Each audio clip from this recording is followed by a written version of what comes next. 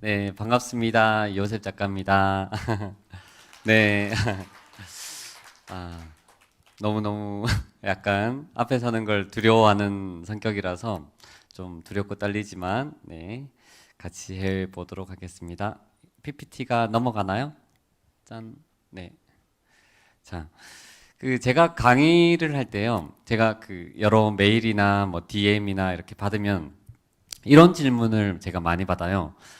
연인에게 어떤 선물을 해주면 좋을까요? 제가 연인에게 어떤 선물을 해주면 좋을까? 아무리 생각해봐도 제가 잘 모르겠더라고요. 그래서, 어, 나는 제 아내에게 어떻게 선물했지? 라고 해서 그 아내에게도 항상 물어보거든요. 어떤 생일이나, 어떤 뭐 기념일이나, 어, 제가 그 아내에게 이렇게 물어보면은 아내가 저한테 뭐라고 얘기를 하느냐면은 평소에 잘해줘 라고 얘기를 해요. 평소에 잘해줘. 그러니까 어떤 한 날에 특별히 뭐 대단한 선물을 해주거나 막 평소에 막 못 해주다가 딱 생일이라고 특별한 무언가를 해주는 거 말고 평소를 생일처럼 대해줘 라고 해서 저는 평소에 좀 잘해주려고 해요. 만일에 아내가 나는 생일마다 뭐 지구에 북반구를 갖고 싶어. 뭐 이렇게 얘기했었으면 북반구를 어떻게 선물해 줄 수 있을까? 뭐 이런 것들을 고민했겠죠. 그래서 저는 사실 아내에게 기념일이나 생일날 제대로 선물해 준 적이 없어요. 왜냐하면 아내가 원하는 선물을 해 주려고 생각하기 때문에. 마찬가지로 앞서 제가 드린 질문 있죠. 연인에게 어떤 선물을 해주면 좋을까요? 이런 질문에 대해서 어, 답은 그거죠. 서로가 알고 있는 거예요. 각자가 더 잘 알고 있는 거예요. 저보다. 그 연인이 좋아하는 선물을 해주면 그게 가장 좋은 선물이 되는 거죠. 뭐, 장미를 갖고 싶은 게 이제 선물이다라고 한다면 장미를 선물해주고, 뭐, 따뜻한 목소리와 말이 좋다라고 하면 그렇게 노력해서 선물을 해주면 되는 거죠.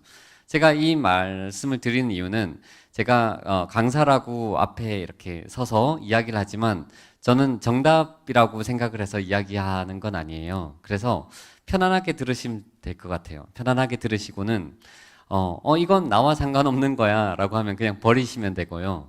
하지만 이건 내가 좀 생각해 보면 좋을 것 같아. 이건 내가 좀 기도해 보면 좋을 것 같아. 라고 생각하시면 그것을 가지고 생각하시면 되는 거예요. 그걸 가지고 좀 기도해 보시면 그것으로 저는 충분하다라는 생각을 가지고 있어요. 잠깐, 뭐, 제 얘기처럼, 뭐, 계속 처음부터 끝까지 제 얘기겠지만, 만남의 조건이라고 제가 제목을 지었는데, 각각의, 원래는 제가 하나의 어떤 스토리로 쭉 좀 얘기하는 편인 것 같아요. 그런데 뒤에 앉아서 이렇게 앉아서 항상 이렇게 기도하거든요. 하나님, 제가 여러 가지 강의안들을 준비해 왔지만, 여기에 모인 이 공동체에 각 청년들에게 꼭 필요한 메시지가 나눠지게 해주세요. 그러면 제가 준비한 것은 하나도 준비하지 않은 것처럼 제가 앞에 서겠습니다.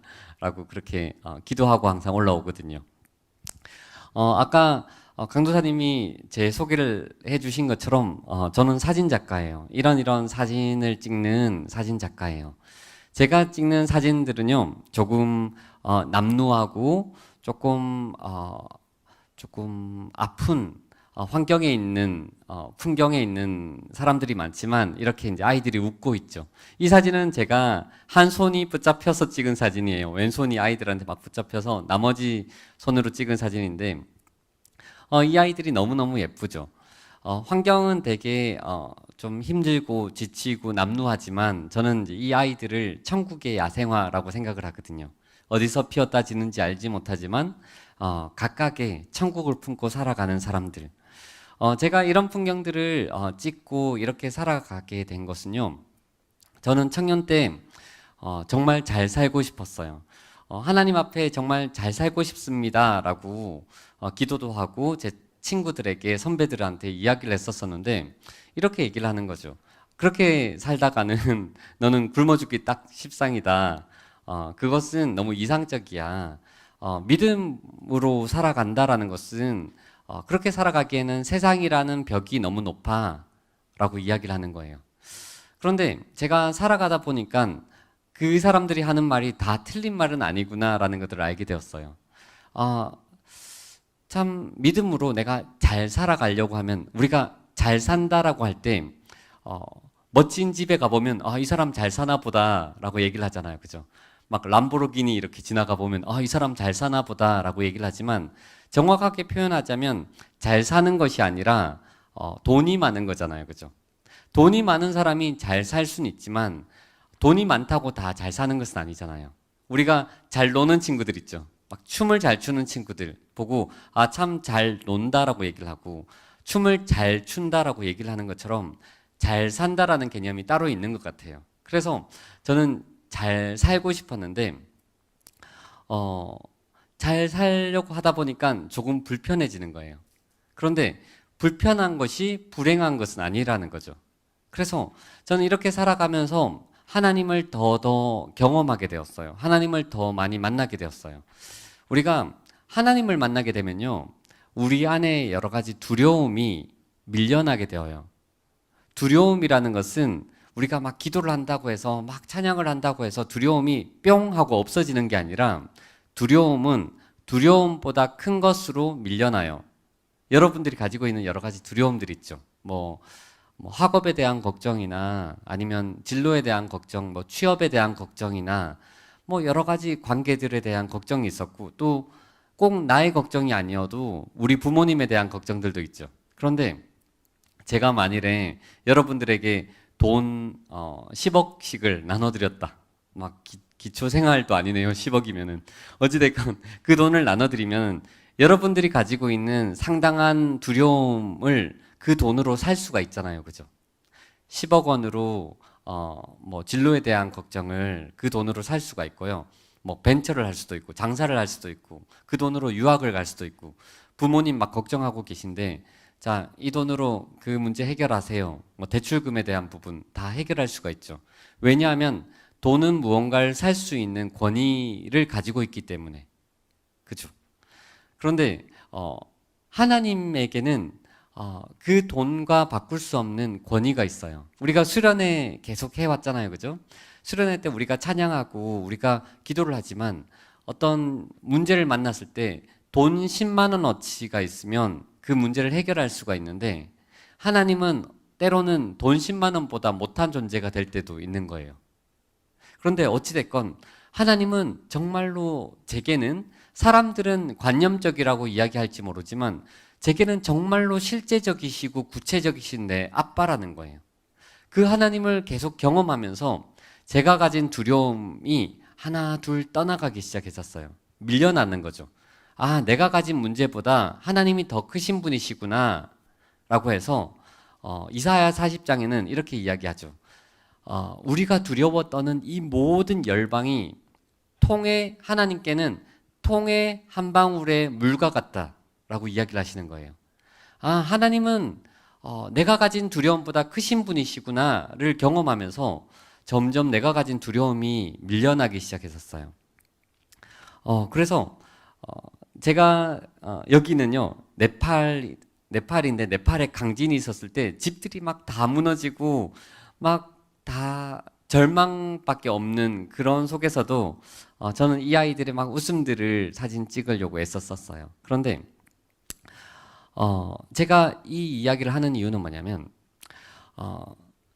만남의 조건을 이야기를 하는 거예요. 지금 내가 누군가를 만날 수 있는 조건을 가졌을까라고 많이 고민하거든요. 결혼 정년기에 있으면 내가 과연 결혼할 자격이 있을까? 이 문제는요, 나중에 시간이 지나서 결혼하고 난 뒤에 아이를 낳을 때도 똑같은 고민에 빠져요. 과연 나는 아빠가 될 자격이 있을까? 엄마가 될 자격이 있을까? 제가 앞서 말씀드렸지만 하나님을 만나면서 제가 가진 수많은 두려움들이 밀려났었어요. 하나님은 정말로 내게 아빠 같은 분이시구나. 정말로 실제적이시고 구체적이신 내 아빠이구나. 그런데 제게는 여전히 두려움이 하나 있었어요. 그게 뭐냐면 결혼이었어요. 결혼. 중국의 어느 지하에서 이렇게 하나님께 기도했었어요. 하나님, 전 이렇게 살아가는 게 전혀 두렵지 않아요. 왜냐하면 하나님이 내 아빠 되시니까. 그런데 결혼하는 건 너무 두려운 것 같아요. 왜냐하면 하나님, 내가 과연 누군가를 책임질 수 있을까요? 과연 내가 누군가를 책임질 수 있을까요?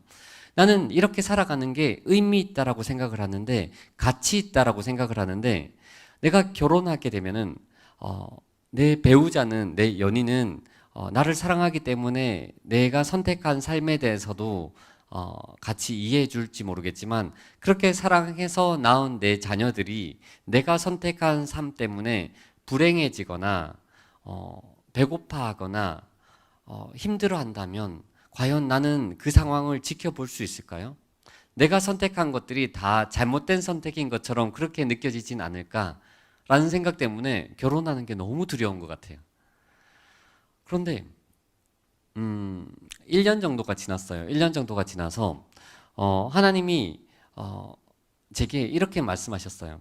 제가 강의를 하면서 하나님이 제게 이렇게 말씀하셨어요 라고 자주 이야기할 것 같은데, 제가 목도리 뺄게요. 앞에 서니까 너무 더워. 하나님이 제게 이렇게 말씀하셨습니다라고 자주 이야기할 것 같은데, 저는 하나님의 음성을 직접 듣는 은사가 있지 않아요. 그런데 우리가 누군가와 친한 친구가 이렇게 같이 대화를 하다가 말하지 않아도 이 사람이 무엇을 원하는지 알 것 같아. 그죠? 내일 만나자는 거지 뭐 이런 거 있잖아요. 뭐 집이 어지러져 있으면 엄마가 한번 탁 눈을 치켜뜨면 네 알겠어요, 오늘까지 방 좀 치울게요 이렇게 표현하는 것처럼, 그러면 이렇게 우리는 얘기할 수 있잖아요. 엄마가 오늘은 방 좀 치우라고 말씀하셨어요. 또는 그 친구가 내일도 또 만나자고 얘기했어요. 직접 말하지 않았지만 그 사람의 마음이 우리에게 의사소통이 되었다라고 한다면 그렇게 말했다라고 표현할 수 있는 것 같아요. 그죠? 하나님이 제게 이렇게 말씀하셨어요. 너가 이렇게 살아가는 게 두렵지 않다라고 했지. 내가 너의 아빠 되기 때문에 두렵지 않다라고 했지. 그렇다면은 너가 결혼하고 나면 나는 너 개인의 아버지에서 너의 가정의 아버지가 된단다라고 얘기를 하는 거예요. 너무 뻔한, 너무나 당연히 알고 있는 말씀이죠. 우리 아버지, 하나님은 우리 아버지라고 저도 계속해서 그렇게 알고 있었었는데, 정말 그 말을 듣는 순간 정말 둔기로 머리를 얻어맞는 것 같았어요. 하나님은 정말로 실제적으로 구체적으로 나를 먹이시고 나를 기르시는 아버지. 제가 10여 년 동안 어떻게 살았냐면요, 조금은 이상적일 수 있지만 하나님이 이렇게 말씀하시는 거예요. 너희는 무엇을 먹을까 마실까 염려하지 마. 먼저 그의 나라와 의를 구하면 내가 너를 먹이고 기르고 입힐게. 하나님이 이렇게 말씀하셨으니까 내가 그렇게 살게요. 하나님이 나를 먹이시고 기르시고 입히시니까. 그리고 하나님이 정말로 나를 먹이시고 기르시고 입히시는 것들을 막 경험했었어요. 하나님은 이렇게 실제적이신 분이시구나를 알았는데, 제가 결혼이 두려웠던 이유는 하나님이 나는 그렇게 먹이시고 기르시고 입히시는지는 알겠는데 결혼하고 나면은 나만 돌보시고 우리 가족은 돌보지 않는 하나님이라고 생각을 했던 거죠. 그런데 하나님이 그게 아니야. 너를 돌본 것처럼, 내가 너를 돌본 것처럼 너의 가정을 내가 돌볼 거야. 그래서 저는 알겠어요. 알겠어요. 결혼할게요. 이제 누구를 만나지? 이렇게 막 찾아다녔던 것 같아요. 저한테 어떤 사람을 만나면 좋을까요? 라는 질문을 많이 해요. 그런데 제가 어떻게 이야기를 해줄 수 있을까를 고민하다가 항상 제가 이야기하는 것은요, 저는 오답 노트라는 걸 좋아하거든요. 오답 노트. 제가 여러분들에게 정답을 주려고 하진 않을 거예요. 왜냐하면 자칫 제가 정답이라고 이야기를 했다가 누군가에겐 정답이지만 누군가에겐 오답이 될 수가 있거든요. 각자가 더 정답을 찾을 수가 있는 거예요. 그런데 다만 오답들을 하나 둘 제하고 나면 여러분들이 답을 찾기가 더 쉽겠다라고 생각을 해서 저는 오답 노트를 좋아하는데, 어떤 사람을 만나면 좋을까요? 라고 했을 때 저는 좋은 점 1만 있어도 괜찮다라고 우선 생각하고 싶어요. 왜냐하면 저는 앞서 제가 촬영했었던 사람들 있잖아요. 사진들. 제가 그 사진들을 왜 그렇게 찍었었냐면, 사람들은 그 사람의 외모를 보고 이 사람은 이런 사람일 거야. 이 사람의 학력을 보고 이 사람의 어떤 직장을 보고 아, 이 사람은 이런 사람일 거야 라고 판단하는데 과연 하나님이 그렇게 보실까? 하나님은 그렇게 보시지 않거든요. 저는 한 사람 한 사람 한 사람마다 하나님의 정말 아름다운 보석이라고 생각을 했었어요. 그래서 온 세계에 있는 하나님이 바라보시는 그 시각을 가지고 온 세계에 있는 한 사람을 만나기를 원했었는데 마찬가지로 이 사람이 별로일 것 같지만 실제로 만나서 이야기를 해보면 내가 알지 못했던 그 사람만이 가지는 보석들을 우리 만날 수 있다라는 거예요. 그렇기 때문에 좋은 점 일만 있어도 저는 만나서 이야기를 나누고 그 사람을 알아가는 것은 괜찮다라고 생각을 해요. 하지만 기능적인 이유가 전부여서는 안 된다라는 거예요. 기능적인 이유가 전부여서는 안 된다. 제 아내 만난 이야기를 잠깐 하고 이 얘기를 해야 될 것 같은데 앞서 이야기했던 것처럼 전 만나는 사람들마다 인터뷰를 했었어요. 이 사람에겐 이런 아름다움이 있어요. 이 사람에겐 이런 아름다움이 있어요. 라는 것들을 이야기하고 싶어서. 그런데 제가 만나서 인터뷰한 한 친구가 지금의 제 아내인 거죠. 그런데 제 아내의 이야기를 짧게 이야기하면 이런 이야기예요. 제 아내는 시각장애인 목사님의 셋째 딸로 태어났어요. 되게 많이 가난했었던 집안에서 자라났지만 사랑이 넘쳤던 가정이었어요. 그래서 아빠가 그 셋째 딸을 얼마나 예뻐했겠어요. 그래서 수학여행 갔다가 돌멩이에다가 아빠 사랑해요 막 이런 것들을 새겨서 선물했더니 아빠가 뭐 이런 싸구려를 사오냐고 장난꾸러기 아빠였었어요. 막 머리를 깨물기도 하고요. 머리카락에 침을 바르기도 하고 그랬었는데 이 딸이 고등학교 때 아빠는 교통사고로 돌아가셨어요. 교통사고로 돌아가셔서 아빠가 돌아가신 곳에 시체를 수습하기 위해서 아빠가 돌아가신 곳에 갔을 때 아빠가 돌아가셨을 때 입었던 자켓 안주머니에는 뭐 이런 싸구려를 사오냐고 했었던 돌멩이 아빠 사랑해요. 이 돌멩이가 아빠에겐 보물처럼 항상 그 돌아가실 때까지 품고 있었다라고 해요. 어찌됐건 아빠가 돌아가시고 난 뒤에 딸은 쉽지 않은 시간들을 보냈겠죠. 그래서 방학 때마다 전단지 붙인 아르바이트를 하고 방학 때마다 찹쌀떡 떼다가 골목에서 팔기도 하고 방학 때마다 빵 공장에서 일을 하기도 하고 빵 모자를 쓰고 그러다가 막 손을 다치기도 하고 그런 이야기를 저한테 이야기를 하는 거예요.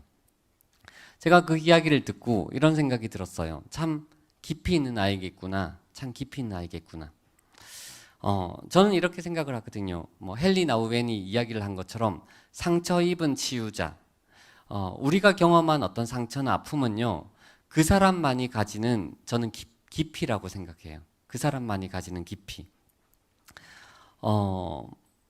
제가 20대 초중반에 하나님께 어떻게 기도를 했었냐면, 하나님, 제가 세상에 있는 수많은 감정들이 있고 수많은 경험들이 있을 텐데 내가 그 감정과 경험을 다 경험해 보고 싶어요. 왜냐하면 누군가를 이해하거나 위로할 수 있는 근거가 될 테니까. 우리가 경험한 어떤 감정들이나 우리가 경험한 어떤 수많은 경험들은 누군가를 이해하거나 위로할 수 있는 근거가 되어져요. 그것을 경험하지도 않고 야 괜찮아 아무것도 아니야 그러면 그 사람이 더 얄밉잖아요. 그죠? 그런데 우리가 보낸 수많은 아픔들은 제가 경험한 수많은 아픔들은요 누군가를 정말로 이해할 수 있는 근거가 되어줄 때가 정말 많아요. 그래서 그 시간이 정말 아팠지만 그 시간을 너무 감사하게 생각을 하거든요. 성경에서도 이렇게 얘기를 하죠. 환난은 인내를 낳고 인내는 다른 말로 바꾸면 영적인 스태미너와 같은 말이거든요. 영적인 체력과 같은 말이어서 그 사람이 경험한 어떤 환난은 그 사람의 어떤 깊은 체력이 될 수가 있다라는 거죠. 그래서 아내의 시간을 보면서 이 사람에게는 참 깊이 있는 아이겠구나 라는 생각이 들었어요. 그렇게 이제 사랑에 빠진 거죠. 조금 빠져서 그 다른 이야기지만 여러분들이 경험하고 있는 수많은 여러 가지 아픔들이 있잖아요. 환난들이 있잖아요. 그런데 그것을 남들이 알면은 나를 우습게 여길까봐 지워내려고 하거나 감추려고 하면은 여러분들에게 쓴뿌리가 되어요. 쓴뿌리가 되어서 내가 가장 사랑해주고 사랑해줄 사람을 핥히는데 그 쓴뿌리가 사용이 되어요. 그런데 내가 가진 그 연약함을 하나님께 내어놓으면 그 시간이 지나서 그 사람만이 가지는 깊이가 된다라고 믿어요. 환난을, 연약함을 세상에서는 부끄러운 거야, 감추어야 돼라고 이야기를 하지만 하나님은 너에게 연약함이 있니? 그 연약함은 내가 가져다 쓰는 강한 무기가 될 거야. 너에게 연약함이 있니? 그것은 나의 영광이 될 거야 라고 이야기를 하는 거죠. 어찌됐건 그 아내와 그 여자친구와 저는 이제 사귀었었는데, 여자친구가 2007년도에 제가 그 아프리카에 한 달 정도를 떠나게 되었는데, 출국 바로 전날에 아내가 저한테 문자를 보냈어요. 우리 그만 만나자라고. 자, 이별은 문자로 하는 거 아니에요. 인격적으로 헤어져야 되는데, 어찌됐건 제가 그 문자를 받고 이제 아내가 살고 있는 곳에 막 달려갔죠. 출국 바로 전날에 막 달려가서 왜 그러냐, 뭐가 문제냐, 내가 잘할게, 뭐 이렇게. 그런데 그 아내가 이야기한 건 그런 거예요. 뭐냐면, 나는 오빠에게 아무 도움도 못 되는 것 같아. 오빠에게 더 도움되는 사람을 만났으면 좋겠어 라는 거죠. 예를 들면 오빠가 사진 작가이기 때문에 어떤 디자이너를 만나면 오빠의 사진과 여러 가지 콜라보를 할 수가 있을 텐데, 나는 오빠에게 아무 도움도 못 되는 것 같아, 이런 말인 거죠. 그래서 제가 아내에게 뭐라고 얘기를 했느냐면, 그래, 너는 나한테 아무 도움도 못 돼. 그런데 너가 나한테 얼마나 도움되느냐 때문에 만나는 것이 아니라 사랑하기 때문에 만나는 거야 라고 얘기했었어요. 사랑하기 때문에 만나는 거야. 우리가 한 사람 한 사람을 기능적인 대상으로, 이유로 대하게 되면, 예를 들면 이런 거죠. 나는 프리랜서예요. 약간 불안정한데, 이 사람은 공무원이야. 안정적인 직업을 가졌으면, 나는 안정감을 취할 수가 있을 것 같아요. 뭐 예를 들면 제가 미국이나 캐나다 같은 데 가면은 그 오래 있으면 불법 체류자가 되잖아요, 그죠? 한인 불법 체류자가 되게 많은데, 이 사람은 시민권자예요. 시민권을 가졌으면, 이 사람과 결혼하게 되면 나는 시민권자가 되는 거예요. 안정된 삶을 얻는 거죠. 이게 기능적인 대상이라는 거예요. 예를 들어 여기서 청년부에서 여기 찬양 인도자가 남잔지 여잔지 잘 모르겠는데, 뭐 남자라고 그냥 가정하고, 찬양하는 오빠, 저 오빠와 결혼하게 되면 아침마다 나한테 찬양을 불러주겠지. 이 사람이 그 주크박스도 아니고, 그죠? 동전 놓으면 막 음악이 나오는 것도 아니고, 이 사람의 어떤 삶이 있는데 노래하는, 또 찬양하는 어떤 기능적인 것들만 우리가 취할 수 없다라는 거예요. 조금 더 노골적으로 이야기를 하면, 이 사람에게는 지구상에 존재하지 않은 비주얼을 가진 막 배우의 비주얼과, 그러면 이 사람은 지금까지 내가 사랑했었던, 내가 만나왔던 사람들은 아무 의미가 없어지는 거예요. 내가 이 사람을 택하는 거죠.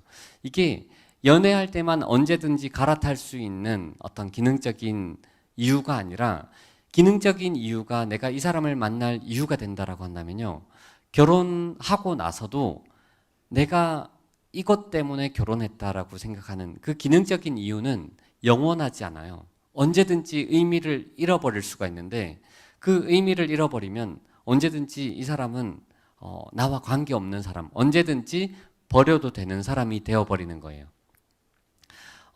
딱 기능적인 이유라고 한 사람을 딱 도려내서 어떤 아이템처럼 나올 수 있는 건 아니라고 봐요.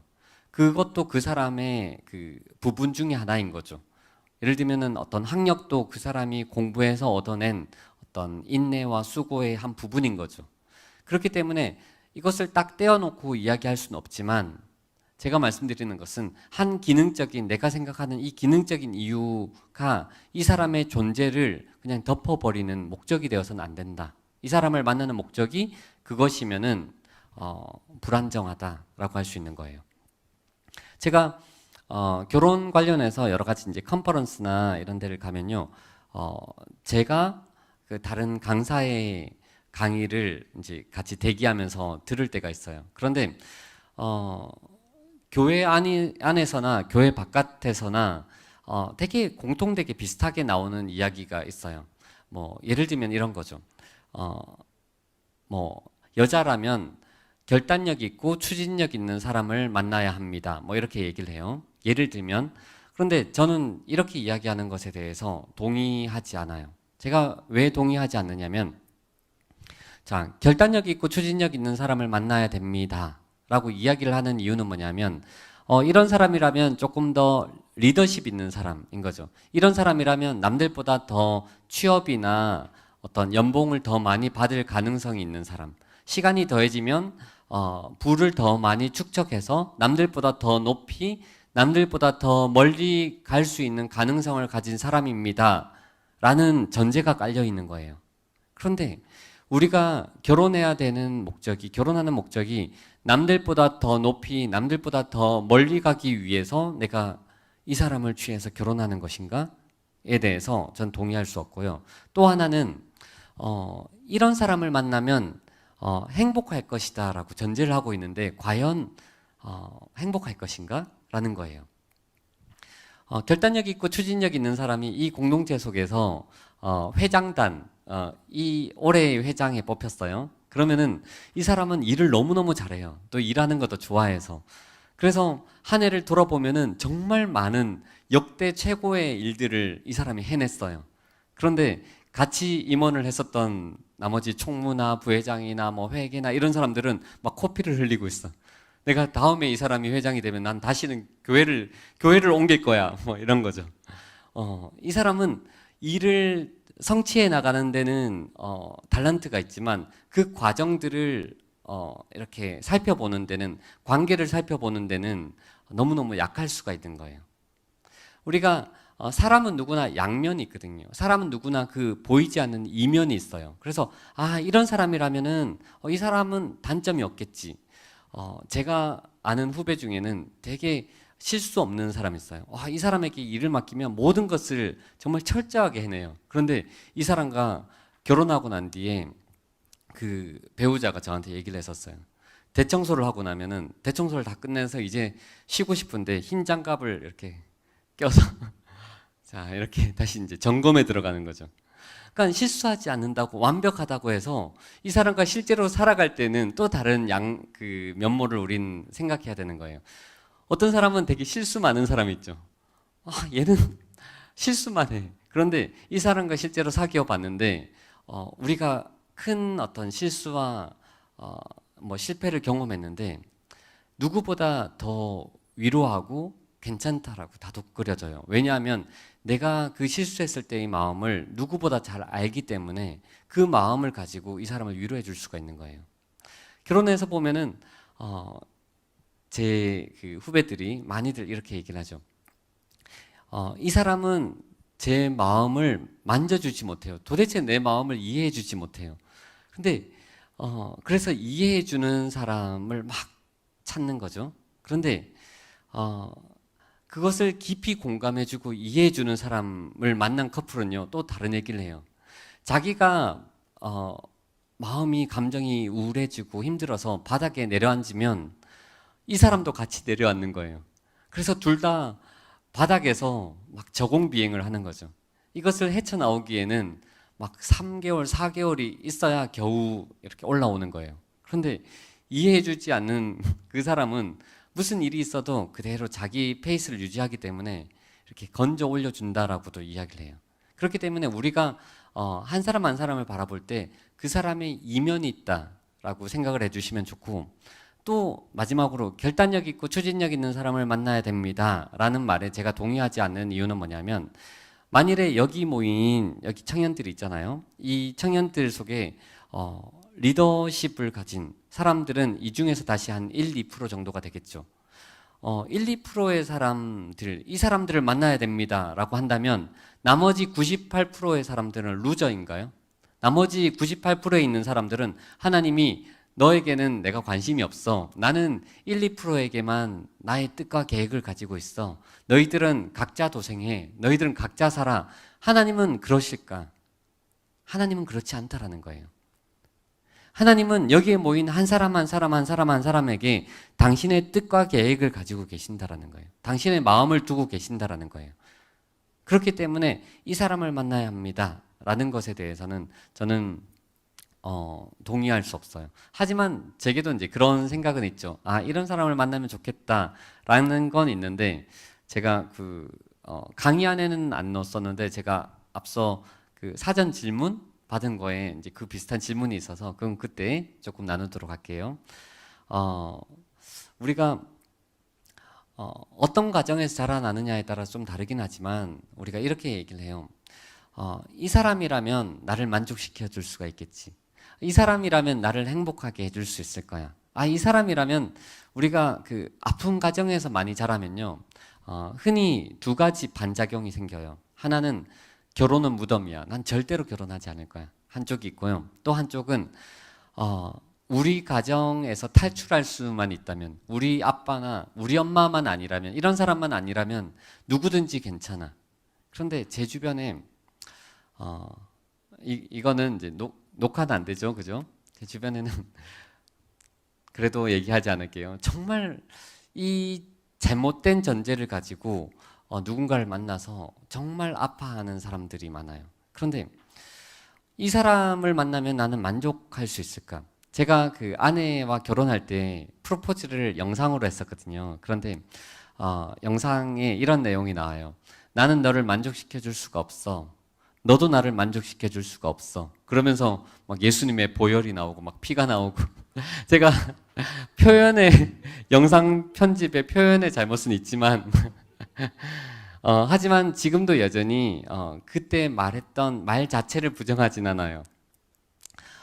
이 사람 너를 내가 만족시켜 줄 수가 없어 라고 마치 되게 우리는 드라마에 나오는 대사들은 우리는 이렇게 말하진 않잖아요.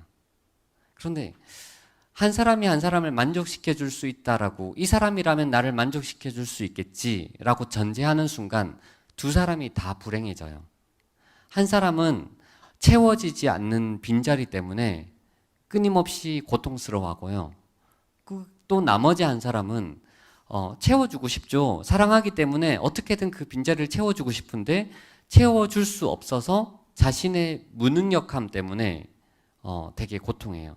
한 사람이 한 사람을 만족시켜 줄 수는 없어요. 전제들을 하나 둘 바꿔보면요. 우리는 조금 다른 시야를 가질 수가 있는데 제가 이 주제를 한번 조금 짧게라도 좀 다루고 싶다라고 해서 제가 가지고 왔어요. 스킨십에 대해서. 왜냐하면 정말 많은 메일이나 어떤 DM을 제가 봤는데 그 메일에 많은 내용이 사실은 그 근원을 따지면요 스킨십과 관련되어 있거든요. 정말 많은, 근데 그 중에서 이제 자매들이 조금 더 많은 것 같은데 그 당시에는 되게 즐거웠고 훈장과 같은 여러 가지 시간들이었죠.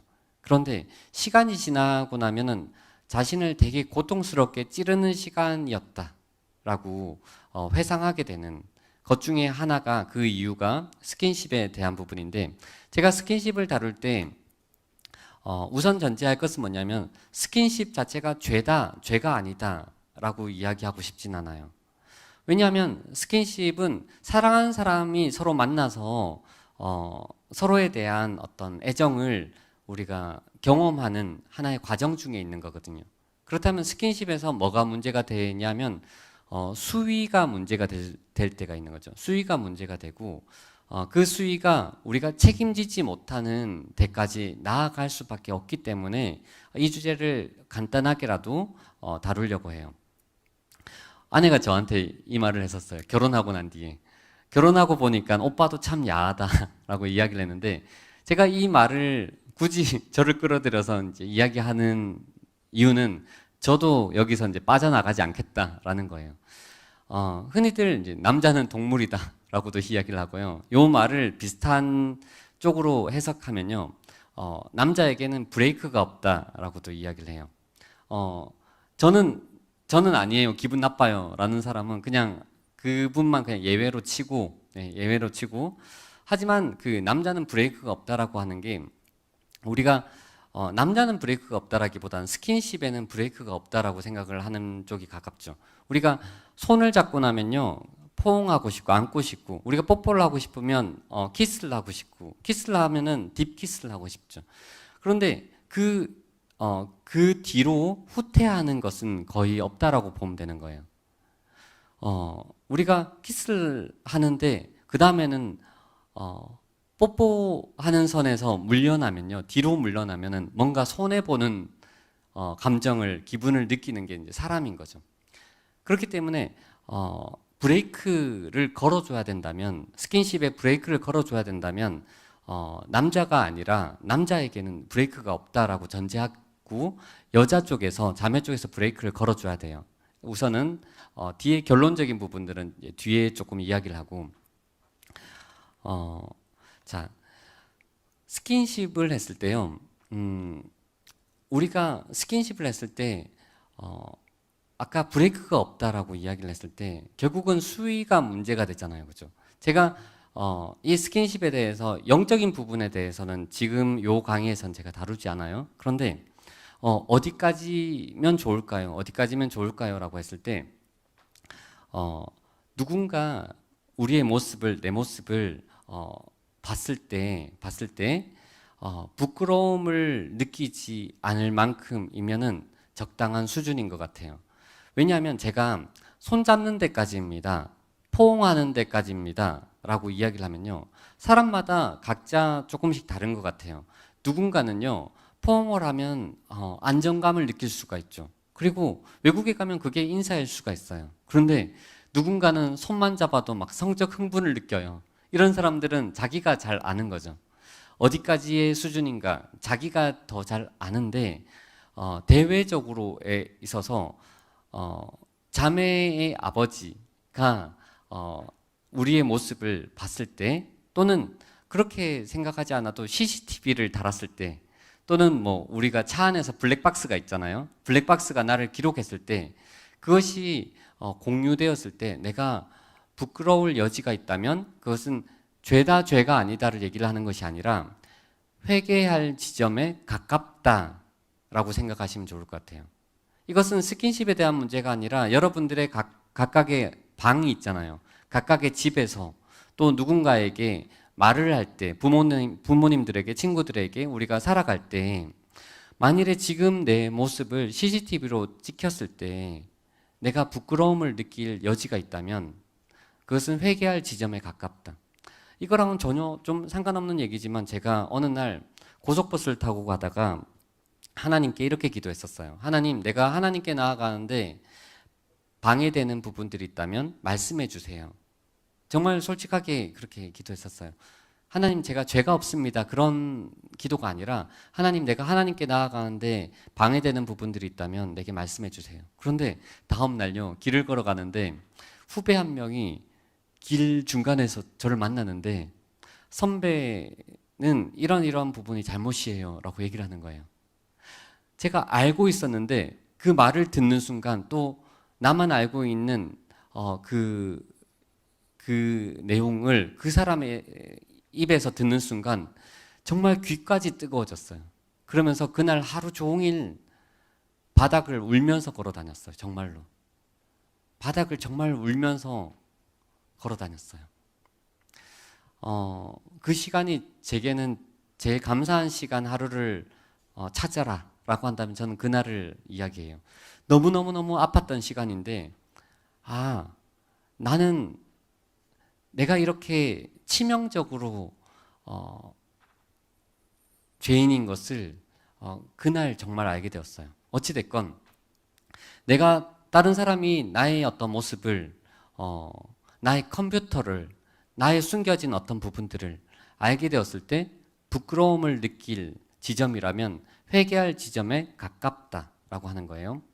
우리가 연애를 할 때는 스킨십이나 이런 부분들을 우리는 훈장처럼 생각할 때가 많잖아요. 그래서 왜냐하면 사랑하는 사람과의 어떤 흔적들이니까. 그런데 시간이 지나면요, 그것은 지울 수 없는 흔적, 지울 수 없는 상처가 될 때가 많아요.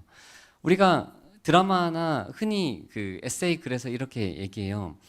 지금의 내 감정을 솔직하게 대하는 것이, 지금의 내 감정을 솔직하게 드러내는 것이, 그것이 유익인 것처럼, 나의 자랑인 것처럼 이야기할 때가 많은데, 여러분들 이제 인스타 아시죠?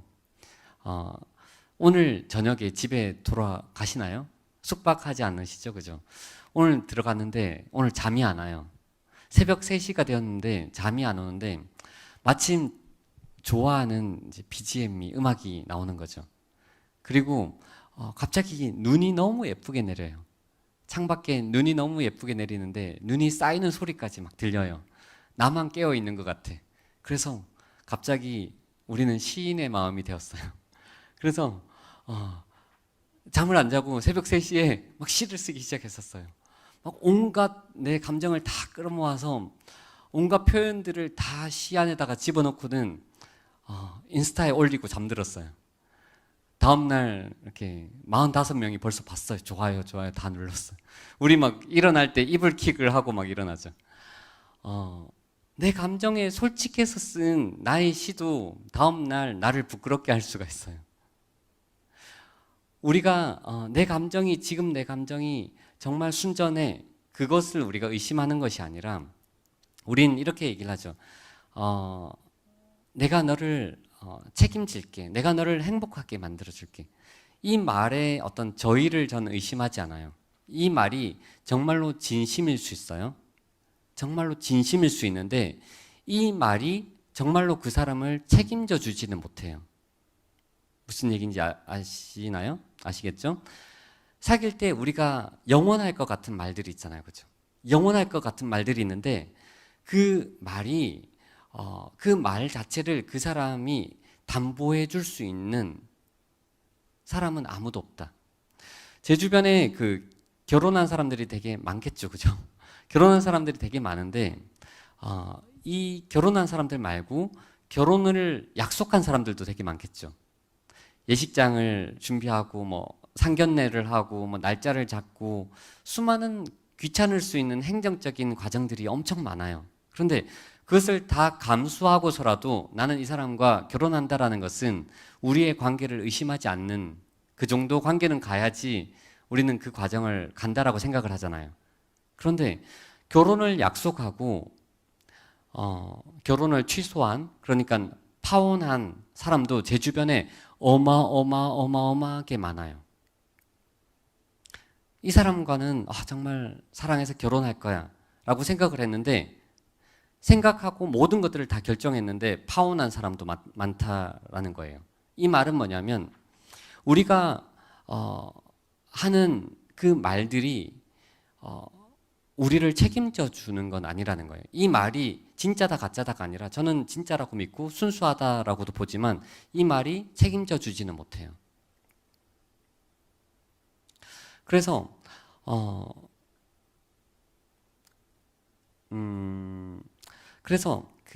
제가 하고 싶은 말은 이런 거예요. 제가 브레이크를 누구 쪽에서 걸라고 그랬죠? 자매 쪽에서, 여자 쪽에서 걸어라라고 했죠. 그런데 그냥 걸게 되면요, 기분이 나빠요. 왜 기분이 나쁘냐면은 나는 너를 이만큼이나 사랑하는데 이 사랑을 거절당한 기분이라는 거예요. 그러면 어떻게 하면 좋겠냐면 사귀는 사람과 만나는 사람과 이 부분에 대해서 이야기를 미리 하라는 거예요. 이야기를 미리 해서 내가 브레이크를 걸 거야 라고 미리 이야기를 하면은 거절감을 느끼는 것이 아니라 우리가 약속했던 시간, 약속했던 것들을 하는 게 되는 거예요. 미리 약속했던 것들을 하는 거죠. 제가 이 말씀을 드리는 이유는 뭐냐면 전쟁은요, 평화의 때 준비해야 되는 거예요. 전쟁은 전쟁의 때 막 전쟁에 막 그 총칼이 날아드는데 그때 막 칼을 갈고요, 막 방패를 준비하고 이러면 전쟁에서 이길 수가 없어요. 그런데 전쟁은 언제 준비하냐면 전쟁은 평화의 때에 창을 준비하고 칼을 준비하고 방패를 준비하고, 그래서 전쟁의 때에 그 준비한 것들을 꺼내 쓰는 거죠. 그런데 많은 사람들이 나는 전쟁의 때에 신속하게 준비할 거야. 나는 결단력이 있어. 나는 의지력이 있기 때문에 그때가 되어도 난 넘어지지 않을 거야 라고 믿었기 때문에 수많은 뉴스에 그 교회에서 정말 존경받던 사람들이 넘어지는 이유가 자기 자신을 믿었기 때문에 그런 거예요. 제게는 몇 가지 전제들이 있는데 그 전제 중에 하나는 사람의 의지 자체를 믿지 않아요. 왜냐하면 믿지 못할 어떤 염색체가 저한테 있는 것이 아니라 제 자신에 대한 의지와 결단력을 너무너무너무 많이 실망해 봤기 때문에, 제 자신에 대해서 너무 많이 실망해 봤기 때문에, 아, 나는 나를 믿어서는 안 되는구나. 나를 믿지 못하는 사람이 어떻게 다른 사람들을 믿겠어요? 네. 자, 다음 주제로 넘어갈게요. 근데 우리 너무 덥지 않아요? 저만 덥나? 네, 죄송합니다. 네. 이것도 전제 중에 하나인데요. 자, 인생은 아름다운가? 인생은 아름답다. 인생은 재미난 게 많죠. 네. 인생은 행복한 거야. 또 인생은 힘들어, 고해야. 뭐 이런 두 가지 관점을 가지고 인생은 행복하다. 뭐 이렇게 살짝 거수. 네. 저만 보면 되니까. 네. 인생은 정말 힘들어. 인생은 정말 힘들어. 인생은 너무 고생스러워. 네. 손 안 든 사람은 또 뭔가요? 네. 제가 그 코스타나 이런 곳에 가보면요. 따로 이제 강의 말고 청년들과 식사할 때 제가 이 얘기를 자주 하거든요. 그런데 나중에 시간이 지나서 청년들이 강의만큼 이때 나눈 이야기가 너무 도움이 되었다라고 해서 일부러 가지고 왔는데, 인생이 참 행복하다라고 생각을 하면은 정말 우리 삶이 행복할 것 같잖아요. 그런데 인생이 행복할 것 같다라고 한다면 도리어 우리가 인생이 불행해질 때가 많아요. 막 인스타를 보면요, 나 빼고 다 맛있는 거 먹고 나 빼고 다 좋은데 여행하고 나 빼고 다 막 항상 행복하고 즐겁고 맛있는 것만 먹고 나만 막 맨날 이래, 나만 고생스럽고 나만 이래, 나만 아파, 막 나만 지금 울고 있어, 그런 거죠. 그런데 그렇지 않아요. 스카펙이라는 베스트셀러 작가가 이렇게 얘기를 했죠. 인생은 고해와 같다. 인생은 고해와 같다. 인생은 참 쉽지 않다라고 얘기를 했는데 저도 거기에 동의하거든요. 그런데 인생이 고해와 같다라고 전제하게 되면 인생이 참 불행해져야 되잖아요.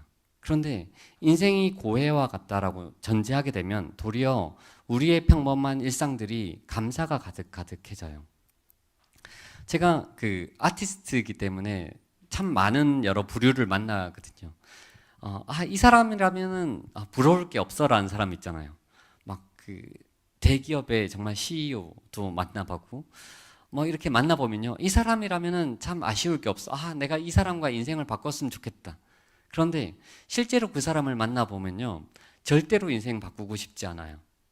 이 사람만이 가지고 있는 피눈물이 있는 거예요. 이 사람만이 가지고 있는 그 아픔들이 있는 거예요. 인생은 제가 그 사람들을 만나면서요, 이야기를 하면서 참 인생 공평하다라고까지 느꼈어요.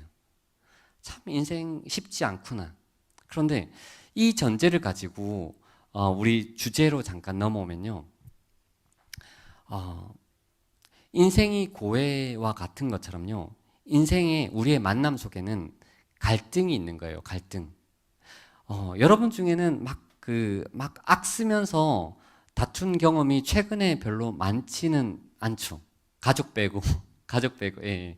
친구들끼리 막 악쓰면서까지 막 관계가 막 갈등이 생긴 적은 요즘 별로 없잖아요. 연인도 빼고 그러면. 네. 왜냐하면은 요즘은 특히 약간 고상한 인격을, 자신을 고상한 인격으로 만들기에 좋은 시대인 것 같아요. 특히 코로나도 있고, 그죠? 갈등이 있으면 서로 한 보, 두 보 조금 뒤로 물러나면은 어느 정도 괜찮은 관계를 유지할 수가 있어요. 시간이 지나면 또 뭐 괜찮은 것처럼 또 우린 다가가면 되니까. 그런데 그 괜찮을 만한 안전한 거리를 확보하지 못하는 게 가정이나 어떤 연인이 되는 거죠. 특히 또 결혼하면 되는 거예요. 제가 아는 한 후배는 다투다가 어디까지 갔냐면요, 사랑해서 결혼했잖아요. 그런데 다투다가 열받아서 기절한 사람도 있어요. 열받아서 막 악을 쓰다가 기절하고 이제 이렇게 얘기를 하죠. 너 때문에 내가 괴물이 되어가고 있어. 나 원래 주변에서 다 나를 괜찮다라고 이야기를 했어. 다 나를 괜찮다라고 얘기했고 지금까지 다툰 적 없었었는데 너를 만나서 너 때문에 내가 괴물이 되어가고 있어 라고 얘기를 해요. 그런데 사실은 너 때문에 괴물이 되어 가고 있는 것이 아니라, 너 때문에 괴물이 된 것이 아니라, 원래 우리 안에 괴물이 있는데 너 때문에 내 안에 잘 감추고 있는 그런 면모들이 드러난 거죠. 흔히 아빠 엄마들이 결혼하고 난 뒤에 정말 이런 표현들을 많이 써요. 아이들을 만나면서 자신 안에 있는 그 연약함들이 다 드러나거든요. 그런데 이 갈등이라는 것을 전제해야 된다라는 거예요. 여러분들이 앞으로 누군가를 만날 때 갈등을 전제하지 않으면 어떤 문제가 생기냐면요. 누군가 만났는데 내가 갈등이 생겼어. 너랑은 만날 사이가 아닌가 봐. 너랑은 만날 관계가 아닌가 봐. 너랑 만났을 때 갈등이 생겼기 때문에 우리는 끊어내가 되는 거예요. 갈등이라는 것은 한 사람과 한 사람이 만나서 당연히 만들어지는 것.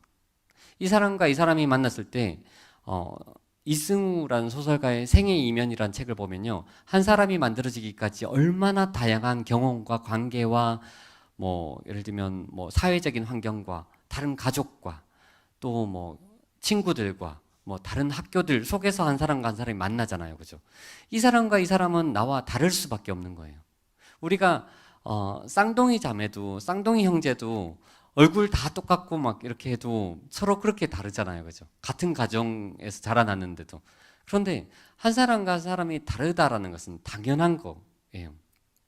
그런데 당연하면은 우리가 사랑했을 때는 서로 양보하고 그러다 보면은 갈등들도 잘 무마시킬 수 있지만 서로 가까워지면 가까워질수록 우리는 갈등할 수밖에 없는 거죠. 그런데 갈등할 때 필요한 것은 뭐냐면 저는 시간이라고 생각을 해요. 우선은 시간. 이 사람과 내가 다르구나. 흔히 이렇게 얘기를 해요. 이 사람의 다른 점을 나의 경험에 빗대지 않고 공정하게 바라볼 수 있는 최소한의 시간은 10년이다라고 얘기를 해요. 무슨 얘기인지 아세요? 내가 이 사람이 나한테 혀를 찼어요. 이 사람은 악의적인 의도 없이 그냥 버릇처럼 혀를 찼는데 이 사람이 너무 기분이 나빠. 왜냐하면 엄마가 나를 비난할 때마다 혀를 찼었거든요. 그렇기 때문에 이 사람이 혀를 찰 때마다 너무너무 기분이 나쁜 거죠. 이 사람은 아무 의도 없었는데. 그런데 이 사람의 행동을 아무 의도 없이 우리가 바라볼 수 있는 최소한의 시간이 10년이다 라고 얘기를 하면요. 우리는 이 사람과 충분히 우리는 갈등할 수 있지만 그 갈등 속에서 우리는 나와 다른 이 사람을 이해하는 시간이다 라고 생각해 주면 좋을 것 같아요. 그런데 그 시간 속에서 갈등하는 시간 속에서도 여전히 지켜야 되는 몇 가지가 있어요. 그 중에 하나를 저는 진심이라고 생각을 하거든요. 진심.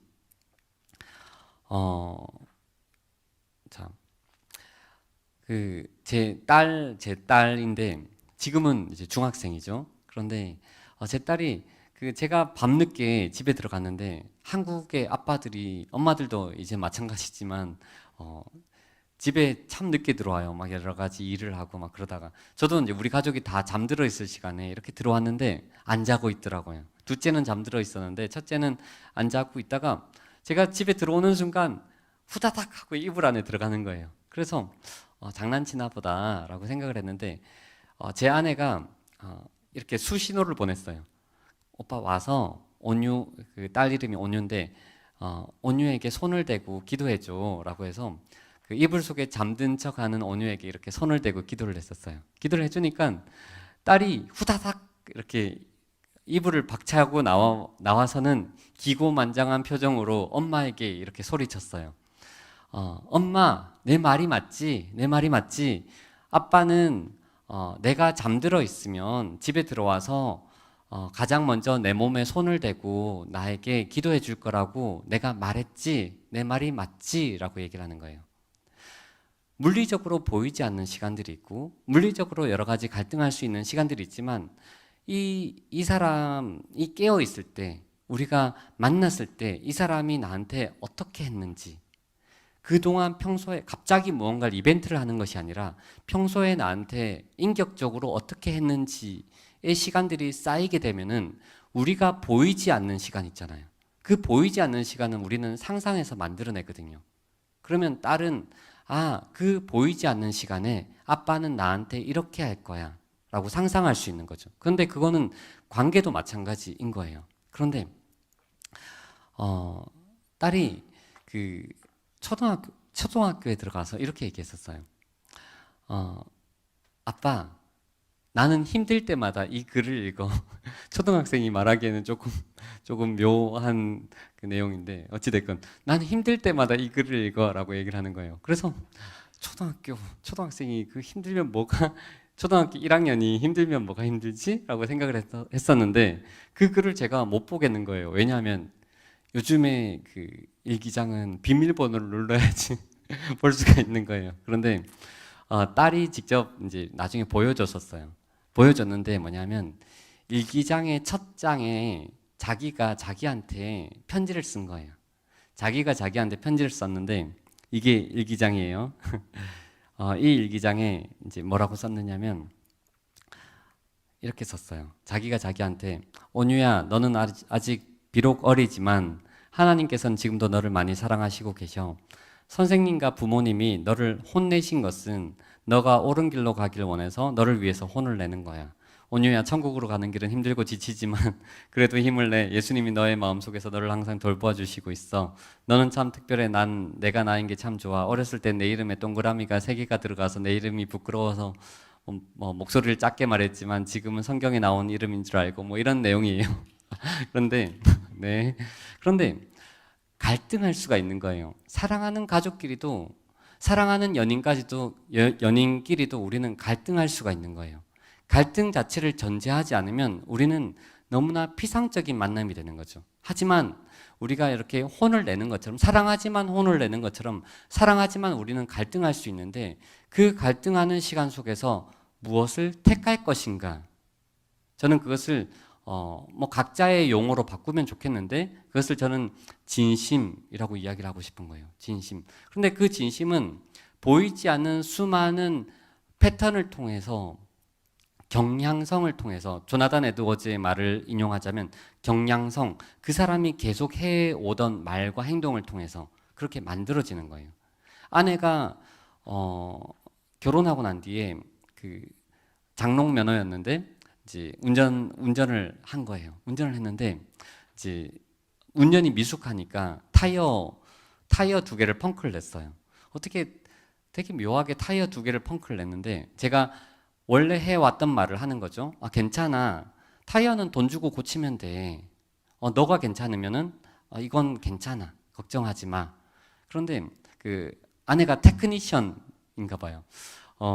일주일이 지나서 그 펑크 낸 타이어 2개를 똑같이 또 펑크를 냈어요. 근데 반복됐는데 이 반복된 상황 속에서 나는 똑같이 얘기를 해주는 거죠. 괜찮아. 타이어는 돈 주고 고치면 돼. 너가 괜찮으면은 괜찮아. 우리가 평소에 해왔던 수많은 말들이 있는데 어떤 그 상황을 만나게 되면 우리는 다르게 얘기할 수가 있는 거예요. 그러면 말뿐이구나. 다윗이 사울 왕에게 막 쫓겨다녔죠. 그런데 쫓겨다닌 이유 중에 하나가 다윗이 사울 왕을 죽이고 왕위를 찬탈할 거다라는 죄명이 있는 거예요. 그런데 다윗은 사울 왕을 죽일 수 있는 2번의 기회가 있었어요. 그런데 죽였으면은 이 지긋지긋한 상황을 이제 끝낼 수가 있잖아요. 왕이 될 필요도 없어. 이제 난 도망가기는 지긋지긋해. 너 내가 아무리 아니라고 했었어도 내 말 안 믿었지. 죽어. 하면은 자기가 계속해서 해왔던 말을 스스로 증명해내지 못하는 거예요.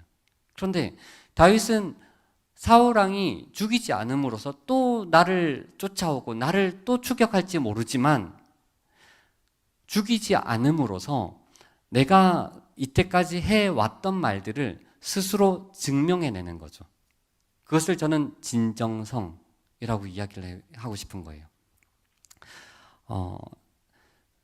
내용들을 쭉쭉 넘어가서 제가 한 가지 이야기를 좀 다루고 싶은데요. 자, 준비 많이 했죠, 그죠? 스스로 칭찬해야지. 자,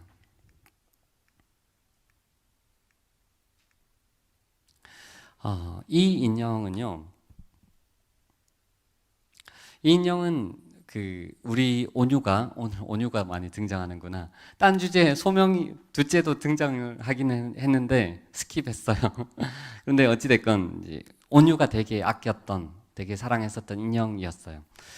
다른 인형에게도 다른 장난감에게도 이름 많았었는데 이름을 지어주지 않았고 이름 붙여주지 않았고 이 인형에게만 아이라고 이름 지어줬어요. 아이.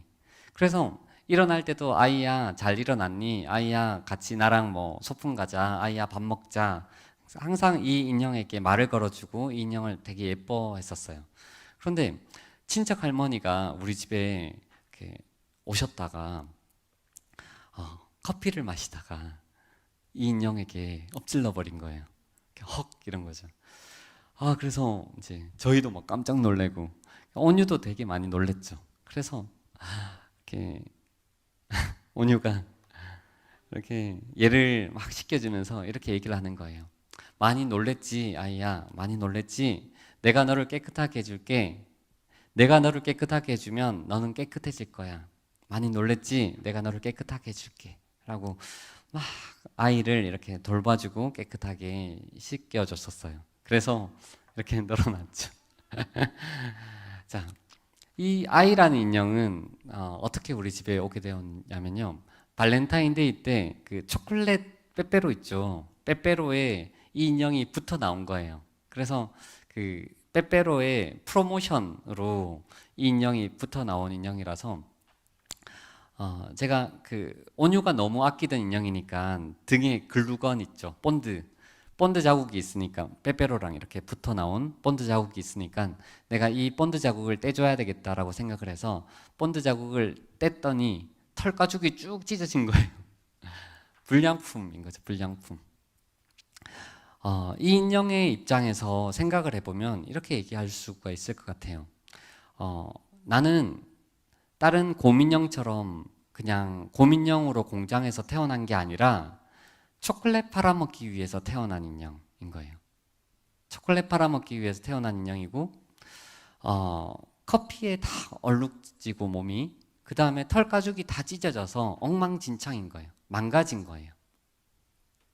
그런데 제가 사실은 이 인형을 볼 때마다 눈물이 나요. 온유가 했던 말이 생각나서 눈물이 나고 온유가 이렇게 얘기를 했었어요. 내가 너를 깨끗하게 해주면 너는 깨끗해질 거야. 내가 너를 깨끗하게 해주면 너는 깨끗해질 거야. 제가 하나님께 드렸던 수많은 기도 중에 이런 기도가 있었어요. 하나님, 인생에 그린 그림이 너무 부끄러운 그림들이 많은데 이 그림들 다시 그릴 수 없을까요? 내 인생의 그림 다시 그릴 수 없을까요? 여러분들 고3 때 이렇게 수능 잘못 치고 난 뒤에 고등학교로 다시 돌아갔으면 수능을 다시 쳤으면 얼마나 좋을까? 저도 수능 치고요. 외국어 영역 5번 문제부터 끝번문 문제까지 답안지 다 내렸었거든요. 그래서 다시 시험 치기도 했었고 뭐 수많은 이야기가 있죠.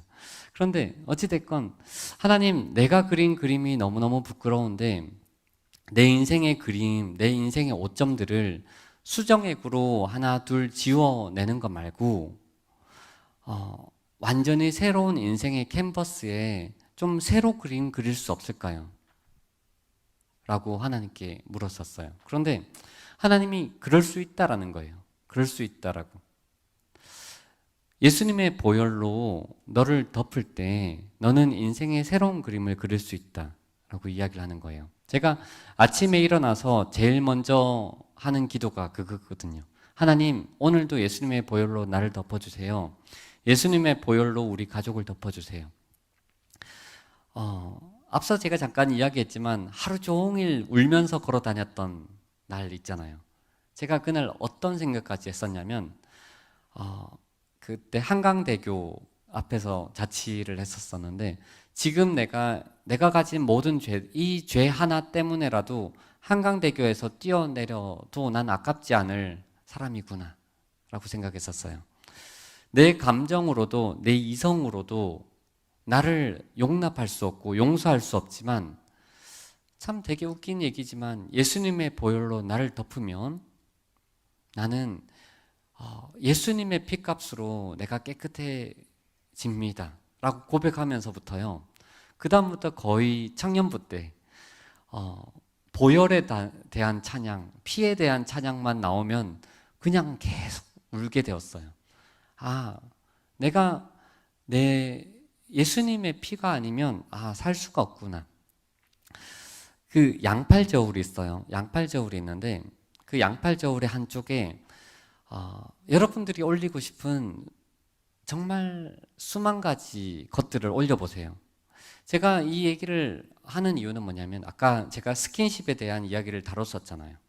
정말 많은 메일과 정말 많은 어떤 DM 속에서 그 이야기를 하거든요. 가장 가까운 친구에게도 이야기할 수 없고 가장 가까운 가족에게도 침묵하고 있었던 수많은 내 안의 아픔들이 있습니다. 그래서 내가 예수님을 사랑하지만 교회에 가서 기도를 할 때도 차마 입을 벌리고 기도할 수 없을 내 안의 비밀들이 있습니다라고. 그런데 그것들을 하나하나 올려보세요. 저는 건드리지 마세요 라는 사람들 있잖아요, 그죠? 저는 건드리지 마세요. 제가 아는 한 사람은 저는 건드리지 마세요. 저는 사탄에게 내 영혼을 팔았습니다. 내가 진학할 수 없는 중학교에 진학할 수 있게 해주면 너한테 내 영혼을 팔게 라고 했는데 정말 그 학교에 진학은 하게 되었는데 그때부터 매일 밤마다 사탄이 내 방에 와서 내 책상에 앉아서 나한테 묻는다는 거죠. 너는 내 거야, 알지? 넌 내 거야. 그게 3년, 4년이 넘어간다라고 얘기를 하는 거예요. 그렇다고 쳐요. 다 그렇다고 쳐요. 사탄에게 내 영혼을 팔았다고 다 쳐요. 그런데 그 모든 것들을 그 한쪽 저울에, 양팔 저울의 한쪽에 다 담고요, 다 올리고 그 나머지 저울에 예수님이 흘리신 피 한 방울을 떨어뜨리면 예수님께로 기운다라는 거예요. 우리가 예수님을 작게 여기고 우리가 예수님을 그냥 있으면 고맙고 없어도 뭐 무방한 그런 분으로 여겨서 그렇지, 이사야 40장에 아까 말씀드린 것처럼 하나님께는 이 모든 열방이 한 통의 물과 같고 하늘이 그분에게는 보좌이고 이 모든 땅이 그분에게는 발판일 뿐인 거예요. 우리가 하나님을 작게 여길 뿐이지 하나님이 정말로 작은 분이 아니시라는 거예요. 제가 넘어가긴 했지만 말씀을 보면요, 이게 호세아서에 나오는 말씀이거든요. 진실함으로 내게 장가 들리니 내가 여호와를 알리라. 근데 호세아라는 선지자가 있는데 그 안에 고멜이 있었어요. 근데 그 고멜은 음란한 여인이어서 호세아와 결혼했는데도 불구하고 거리로 나가서 온갖 사내들과 행음을 하고 그래서 아이를 낳았죠. 그런데 호세아는 또 가서 또 데리고 와요. 언제 그랬냐는 듯이 또 그 고멜을 데리고 와서 또 사랑을 하고요. 또 아이를 낳고 고멜은 또 거리로 나가고 또 음란한 음행을 하고, 하지만 호세아는 언제 그랬냐는 듯이 다시 고멜을 데리고 와서 사랑을 하는 거죠. 그런데 이게 그리스도와 어떤 하나님과 이스라엘의 관계를 비유했었는데 그때 이렇게 말씀하시는 거예요. 진실함으로 내게 장가들 때 그때 내가 여호와를 알리라. 그런데 장가들다라고 하면요, 여기서 이 상황에서 장가들다라고 하면은 이 사람은 더럽고 이 사람은 계속 음행하고 용서했는데도 불구하고 거절하고 했던 사람이잖아요. 그러면 뭐 재혼이라든지 아니면 조금 뭐 다른 개념을 써야 되는데 여기서 쓴 용어는 처음 순결한 신부를 대하는 것처럼 처음 결혼을 이야기를 해요. 처음 순결한 한 사람을 대하는 것처럼. 제가 말씀드리고 싶은 것은 이 양팔 저울에 한쪽에 모든 것들을 올렸다라고 한다면 예수님의 피 한 방울을 떨어뜨렸을 때 저는 새로운 캠퍼스에 새로운 그림을 여러분들이 그릴 수 있다라고 생각을 해요. 그런데 내가 믿고 싶은 하나님이 아니라 하나님이 어떠신 분이신가? 성경에서 하나님이 어떤 분이신가를 전 믿었으면 좋겠어요. 하나님은 미가서에서 이렇게 말씀하세요. 다시 우리를 불쌍히 여기셔서 우리의 죄악을 발로 밟으시고 우리의 모든 죄를 깊은 바다에 던지시는 분. 깊은 바다에 던지신다는 말은 뭐냐면 이제 내가 그 죄를 다시 끌어내서 너 이런 죄인이잖아 라는 분이 아니라는 거예요. 우리가 기도하고 하나님 앞에 새롭게 나아가면 되는데 사단은 여전히 우리한테 나 너 알아. 그런데 우리가 중요하게 여길 것은 뭐냐면 하나님이 나를 어떻게 볼 것인가? 오늘 내가 하나님께 나아가면은 하나님은 나를 완전히 새로운 한 사람으로, 한 신부로 바라봐 주실 거라는 거죠. 기도하겠습니다. 하나님 아버지 감사드립니다. 이 시간 이 공동체 가운데 우리 청년들 가운데 하나님 예수님의 보혈로 덮어주십시오. 가장 가까운 사람에게도 친구에게도 가족에게도 누구에게도 말하지 못하는 우리 안에 있는 아픔들이 있고 우리 안에 있는 죄가 있다면 우리 안에 있는 부끄러움이 있다면 이 시간 예수님의 보혈로 덮어주십시오. 하나님, 사단은 여전히 사람들은 나를 손가락질하고 나에게 정죄할지 모르겠지만 하나님께서 나를 순전한 신부다라고 말씀하시면 내가 하나님이 내게 말씀하시는 것을 내 마음에 품겠습니다. 하나님, 내 인생의 그림 다시 그리고 싶었습니다. 하나님, 오늘 내 인생의 그림을 다시 그릴 수 없을까요? 주님, 이 청년들 한 사람 한 사람 가운데 주님 찾아와 주셔서 만나 주십시오. 만일 우리 안에 어두움이 있다면 그 어두움을 나 스스로 내 의지로 밀어내려고 하는 대신에 빛이 있으라 하신 그 주님께서 그리스도의 얼굴에 나타난 하나님의 영광에 아는 빛을 너희 마음 가운데 비추었다라고 하신 그 말씀이 이 시간 온전히 이루어지게 하여 주시옵소서. 한 사람 한 사람 가운데 빛으로 찾아와 주십시오. 감사드립니다. 예수님의 이름으로 기도드립니다. 아멘. 감사합니다.